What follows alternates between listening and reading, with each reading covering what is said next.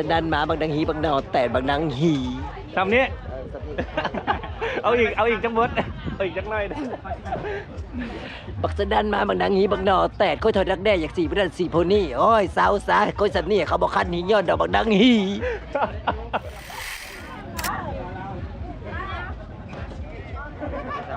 คนดังเป็นบ่คนดังเป็นบ่นี่ ดังแม่แม่น อ่า คนบักละเลิศ คนบักเลิศป่า FC มาแต่ทางใดฮะ เฮ็ดให้เฮาจิจ่อยได้เลยอย่าไปก่อนเดี๋ยวไป ป่าอันนี้ขอถ่ายนะเพื่อนหรือเพื่อนขอถ่ายน เจอกันลาตรีเจอกันลาตรี เด้อ ำ เจาะยาตี นี่เจ้าค่อยเกาลงเลยนะ ทางนู้นคนดัง นี่เจ้าค่อยเกาลงแล้วนี่ โอเคนี่คนดังทางนู้นได้ บอกเพื่อนเป็นอย่าง คนดัง คนดัง มีคนดังกว่าเจ้าอีกเหรอ นี่ ยังไงเหรอ เจ้าเห็นคลิปเจ้าของอยู่ เจ้าไปติดตามค่อยดู ใช่จ้า เจ้าถ่ายเอา เจ้ากับเจ้าคนห่วงเด้อ สิ ถ่ายรูปเอาอันนี้เปิดกล้องถ่ายรูปไว้ก่อนแล้วเจ้าจะเป็นคนเอาเด้อเออ โอเค ได้ FC คนดังอะไรคนดังมาแต่ใส นู่นทางในคนดัง เป็นหยัง เป็นเบิร์ดละคนดัง คนดังแบบไหน แล้วก็คนเข็ดได้คิดเห็ดลิ้นเห็ด อ๋อ ด่านแล้วด่าเก่ง อ๋อคนลาวบ่ คนลาว อ๋อผู้นี้เต้นเก่งได้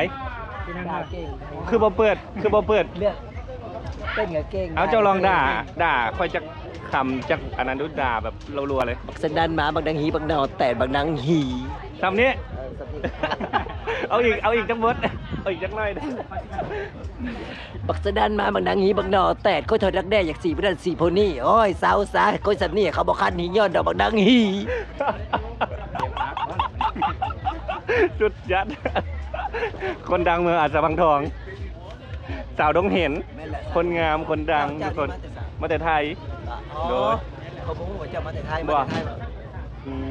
นี่อันนี้ก็ไทยถ่ายไทยเอาถ่ายเอาหลายนะ เขาบอกด่าคืออย่างนี้แล้วนะ ตัวไหนเพื่อนขี่คันถาดก็กี่เท่าหลายนี่นะตาย อันนี้เพิ่งก็เป็นแบบเดียวป่ะโอ้ อันนี้กับคนสวยคือเดียว สวย ก็มาแต่ใส ฮะ มาแต่ใส มาแต่ดงเห็นจ้า มาแต่ดงเห็นคือเดียวเลยป้าสาวดงเห็นมาก็เลย โดย นี่กระดงเห็น มาแต่ดง โอ้ เห็น ป้าตามมาเลยตามมากินเลยโอ้ บุญแกงเพิ่มสปอร์ตกันนี่เด้ เออสุดจัดทุกคนรวมสาวงามโดยขอบใจฝรั่งก็มีนะ ตามสั่งเด้อข้าวขาหมูเด้อตามสั่งข้าวขาเด้อ อันนี้ปกติเปิดห้างที่ใส ห้าดิสดานหมานี่ ตลาดดงเห็น ตลาดดงเห็นไหมล่ะ อ๋อเปิดแบบนี้เลยเอาไปตั้งผมไม่มีร้านประจำเนาะ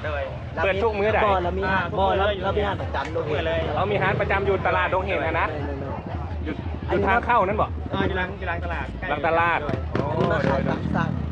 ขายดีจะข่าวขาหมู ข้าวไก่ประมาณ โอ้โด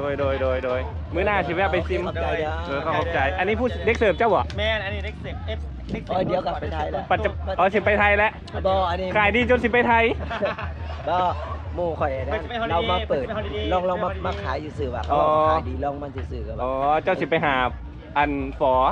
ขอนะเขามักฟอเนาะ เออโอเคบ๊ายบายขอบใจก็เดียวพอไปภูเก็ตหุ่นสันนี่ทุกคนบอลหนุ่มหัวมวน